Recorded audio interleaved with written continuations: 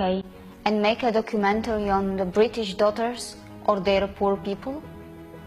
Have you ever wondered why Indian media do not go abroad to make a documentary on American or European slums and highlight other nations' sufferings and problems?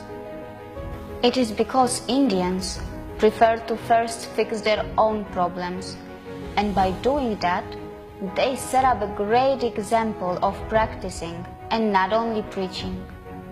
They say that the 21st century belongs to Asia, and within Asia, the world has already started to witness the sensational rise of the ancient power India, which in the 21st century will be reclaiming what rightfully belonged to them right through the human history. In my previous documentary on the economy of India, I have already covered a lot of India's industrial sectors that are witnessing a great rise. But India's growth story is more than that. There are many more sectors which are witnessing dramatic rise and have the ability to inspire the world. Food industry. India, the country which faced 3 million deaths or even more during the Bengal famine by the hands of the British, has come a long way, and today it's setting up the largest food park in the world. India has bounced back from the food insecurities of the early post-independence era to the current India, where in its cities, governments are running budget meal systems like Jan Ahar, where one could eat a full meal for just a few cents. And there are many other social welfare schemes like that.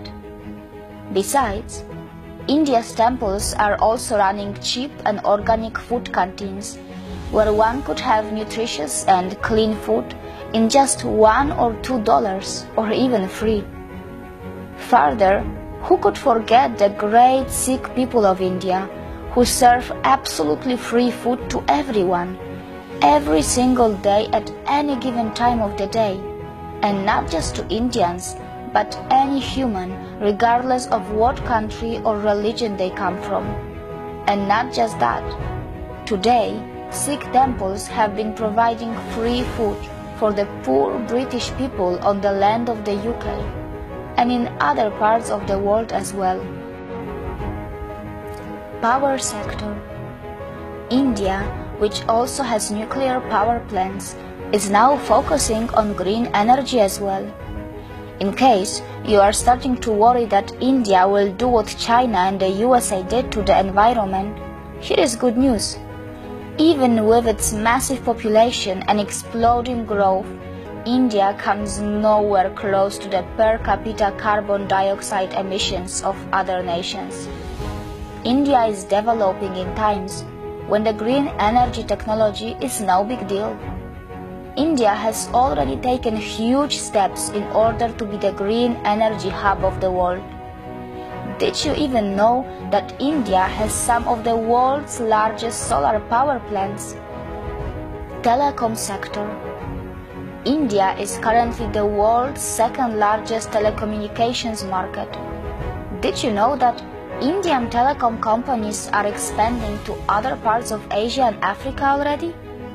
Besides, in a few more years, India will emerge as a leading player in the virtual world with almost 700 million internet users out of the 4.7 billion global users, according to a report by Microsoft.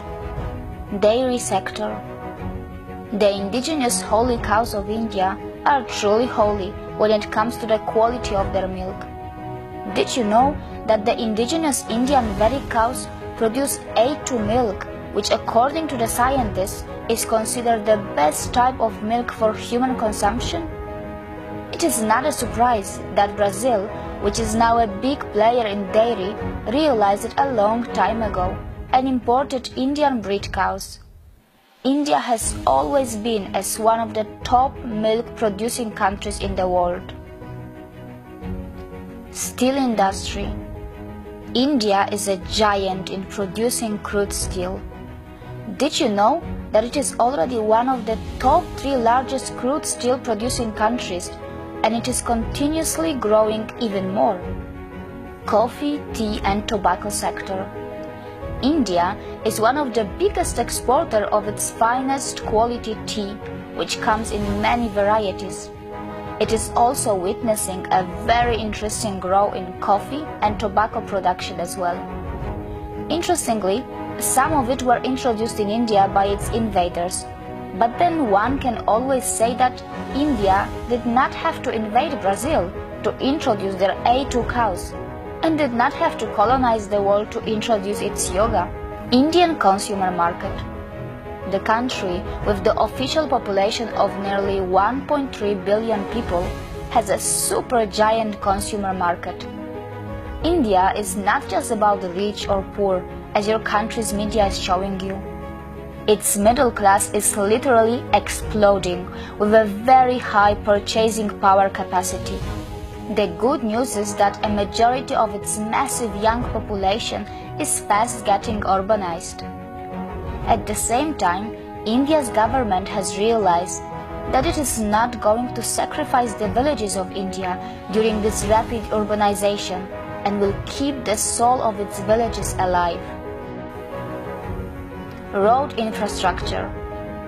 India already has the second largest road network in the world, which is somewhere around 5 million kilometers. Indian government has been building mega highways for quite some time and is planning to add around 66,000 kilometers of road, and it's targeting to build an astonishing 30 kilometers of road every day. Besides, how many of you actually knew that India is the largest exporter, producer of handmade carpets in the world? It is also one of the biggest exporters and producers of cashew nuts and cotton yarn, and it also has a booming chemical industry. And we must remember that all the money and economic wealth that India is earning is its hard-earned money, not an easy wealth generated by selling crude oil as many other rich nations. India will continue to serve the humanity in the world and will continue to play the role of the mother for the world by its both types of wealth, spiritual and economical. India is a country which is the only place in the world where all religions have been coexisting for the longest period of time.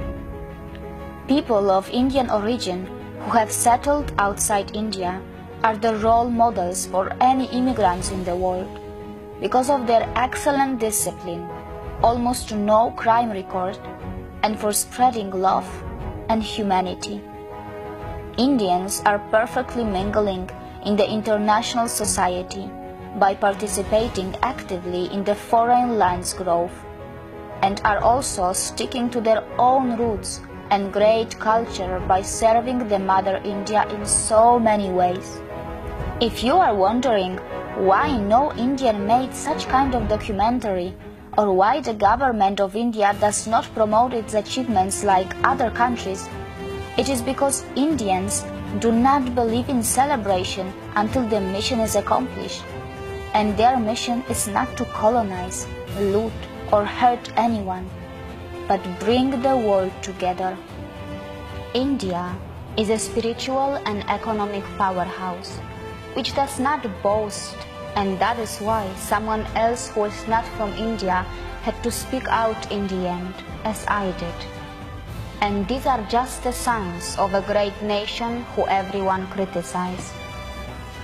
But India doesn't criticize others just to justify their own problems, because India likes to be the change that it wants to see in others. Most of India's own problems are a gift from the invaders.